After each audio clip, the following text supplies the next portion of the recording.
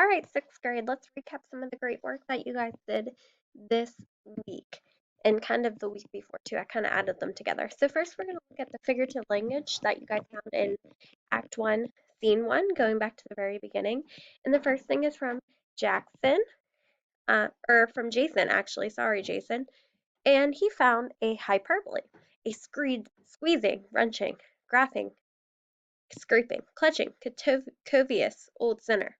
He's talking about how he's a terrible man. He's a really bad person. And then we can infer that he's no good because we're talking about Scrooge. Anthony found personification. The ghostly bells ring in the distance. He is saying that the sound of the bells is compared to the dead person might make, so a dead sound. And ghosts can be scary and can sound as the bells can be scary. So this sound tells the bell that there's something scary in the ghost like it's about to happen. So that's a great inference that he makes. He's using that those stage clues to help him make an inference that a ghost is about to appear. This one now is from Jacson, and Jacson found a great simile. Some of these charts were hard to type on for some reason, so his is circled over here, his inference. And he found a simile, secret and self-contained, like a solitary as an oyster. So he's talking about how Scrooge is being compared to an oyster. Scrooge is lonely, and that he seems like an oyster, by yourself. Later in the story, he says that he wouldn't mind what other people would say in his own words. So he changes. We can infer that later in the story he's going to change and wouldn't mind what other people say about him. So very good. From Ray, he found two really good ones, an idiom and a metaphor. I like the idiom, the cold within him freezes his old features. So his personality is negative in saying he's cold. He's negative outlook on everyone can see, and he's not as good as a happy person most of the time because of the description he says is moody. Very good. And that's a great inference because we're inferring what he's like. The metaphor. The edge to a way along the crowded path of life. Life is compared to the path of people which happen to bump into, but not Scrooge. In life, sometimes you happen to see people for like the road and like a wave and become friends and just walking in the same place, but Scrooge does not. And Scrooge lives a life that most just follow him and everything has to do with him. Very good inference, Ray. And Cordelia found a metaphor and an idiom also. And I really like her idiom because we probably you say this all the time, save your breath, Cratchit. And she is saying that my answers is no, don't bother trying. So like don't bother trying even say anything to me and unless you're prepared to find employment elsewhere. So that's the inference. He could potentially go find employment elsewhere. However, we know that Cratchit is kind of a big softy for Scrooge, and that's something we looked at in our discussion. So up next is our discussion board, and this is one conversation thread, and I absolutely loved it. Caitlin wrote, it's hard to ignore how Scrooge acts. However, Cratchit sees the better side of him. He understands that Scrooge is lonely, older, and doesn't really have anyone to celebrate for. I can infer that despite how Scrooge is so mean and grumpy all the time, Cratchit understands him and sees him differently from another person. That is a great response. And then Caitlin continues to go on and compare Scrooge and Cratchit to one of her anime characters. And that is great. This is a good sixth grade response. And then she wraps it up by saying how their comparison and where he's coming from and why Cratchit understands him. So that was a very awesome response. I really like that. So great job, Caitlin. And then Richard replied, I agree with you. Cratchit understands Scrooge and not having anything or anyone to celebrate for. I don't think that he's the better side of him. I think Cratchit is trying to keep the holidays here and everyone cheerful by making excuses for Scrooge. So then Richard agrees and also adds on to her ideas, which is great. And then Erin agrees also, and she said, I agree with Cratchit and understand Scrooge. So she's agreeing with both of them, but then she also likes how Caitlin added in there about her example of her anime characters. So that is awesome. I love this thread. This is exactly how conversations should be. We should be feeding off each other like we would in a regular conversation in the classroom. So very well, very great job. The next one's from Anthony. And Anthony says Cratchit is saying that older people don't like to express their warm feelings in public or to others. I can infer that Scrooge is a big softy on the inside, and I love that he said a big softy on the inside, and a crab-like shell on the outside. Great description. It is possible that Scrooge has a warm heart inside, but does not show it on the outside, as it always appears old and grumpy. So awesome comparison, Anthony. I really like that. whenever we respond to a thread, make sure that we aren't just writing I agree. Make sure that we are, comparing and kind of talking like we would think about at a lunch table, maybe, where you're having conversations with someone else. So, very great job. The next one we're going to look at is connotation and denotation. And we talk about this basically on our warm ups every single day of the week. And we stopped doing them for this time so we can get our play. I didn't want to overwhelm you guys with work, but we will continue back on them. However, connotation is the feeling that the word gives, negative or positive, and then or sometimes neutral, and denotation is the dictionary definition. So this one is from Cordelia and or Abby actually, Abby, and she put dismal as a negative word. She did the negative sign. Um, Convenient is positive. Condemned is negative. Whole is negative because the way a money changing whole, they're talking about his work.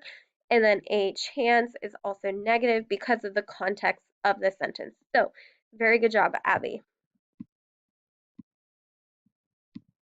Then you had to find a positive word and circle it, and then a negative word and underline it. So at this festive season that is positive, and then slight provisions for the poor and destitute. Destitute are people that do not have very many things, so that would be our negative. Some people also did suffer, which is really good, and some did desirable as their positive. So very great job here. And this one is from Nathan.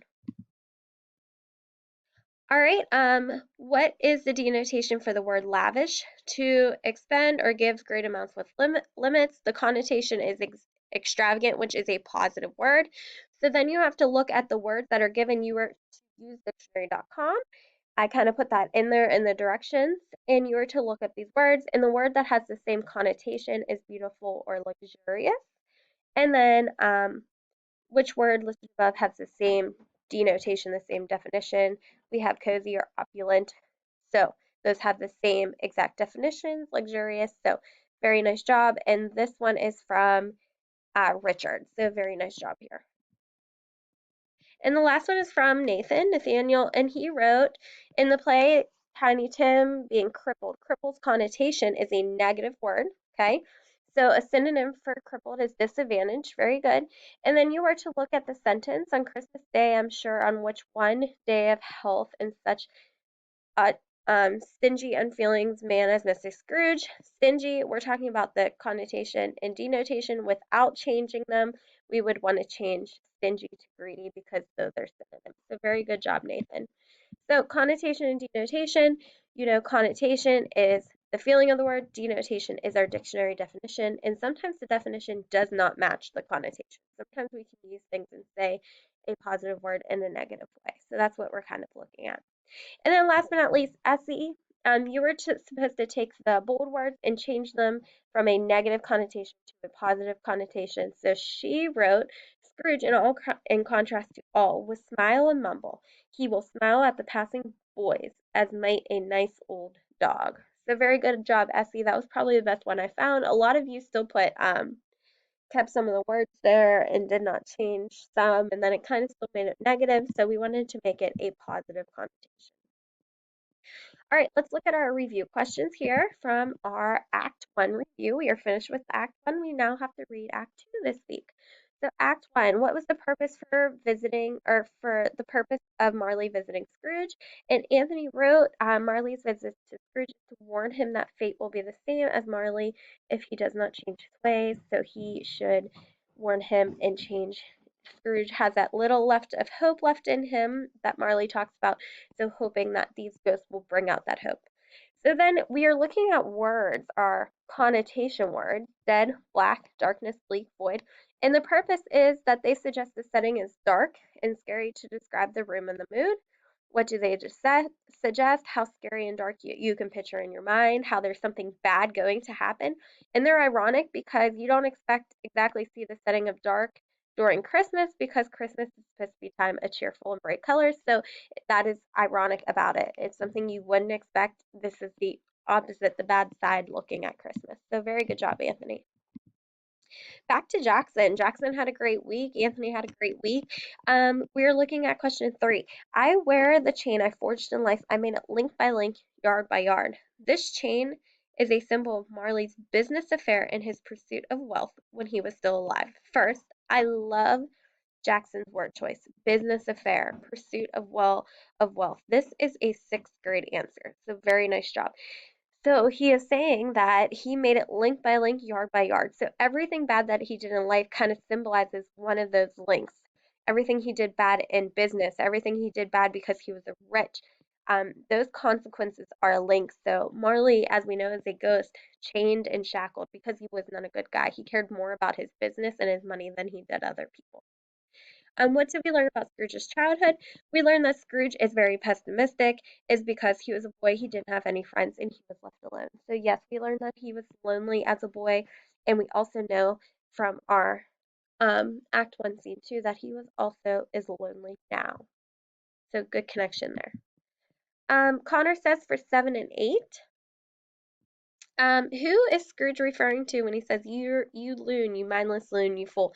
I actually thought this was funny because most people would message me and say 7 and 8 are the same question. Well, they kind of are, but I did this in there to see if you actually understand what's going on here. So Scrooge is referring to his younger self. He's watching himself. So think about you watching a TV play of yourself in the play, right?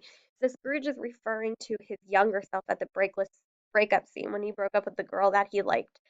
Um, and then who is the man referring to? Well, the man is referring to himself, which is also Scrooge. So it's kind of funny because Scrooge is on the outside looking in, referring to himself, but the man also on the inside, being the part, which is younger Scrooge, is also referring to himself. So very good, Connor. Glad that you were able to make that connection.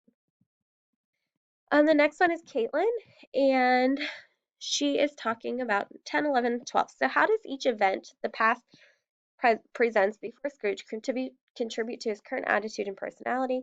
He gets to see all the mistakes he made. He feels the pain and loneliness as he had when he was a boy. So very good. He can kind of see how he treated other people from the outside looking in, and now he's learning from his mistakes. What does Scrooge value in life and doesn't make him happy? He values money and it doesn't make him happy. It actually makes him miserable, which is also ironic. Very good, Caitlin. And what hints suggest to you that Scrooge may change for the better? He called his younger self a fool, letting a woman go. He realized that he made a mistake. Yes, very good. So take that outside looking in when he's saying you fool, you loony fool. He is looking at himself and saying, "Wow, I really did make a mistake. I should have never let him go." So very good job, Caitlin. And last but not least, we have Nathan for our Act 1 review, and he said 14, what effects does Scrooge's past experience have on a person he has become? A lot of them ended poorly, but some ended well and not separate from him in society altogether. So very good. So all his events that led up to him separated himself from the rest of the people in the world. So very good job, Nathan.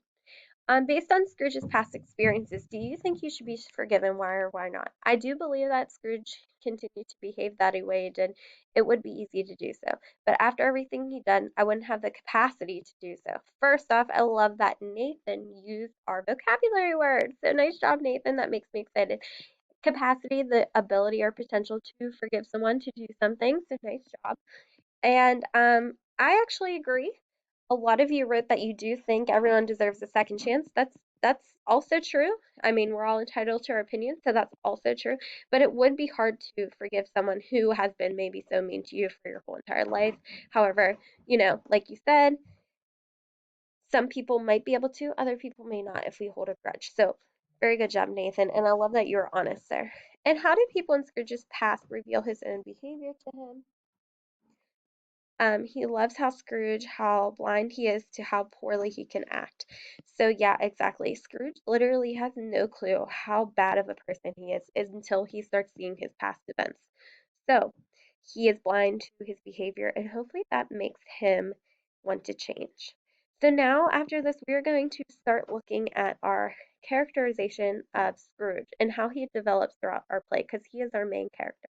So you're going to learn about different types of characters, and then you're going to go through and you're going to start to look at Scrooge's characterization chart. And you're going to actually keep continuing to add on to that throughout the week. Okay, so that will be on the top of the module, and you will keep going throughout the week, adding to that as we continue reading our Act 2 part of the play. All right, awesome work, guys. Remember, I am your English teacher, and please make sure you're writing with sixth grade word choice. You are using capitalization punctuation. I'm going to stop giving points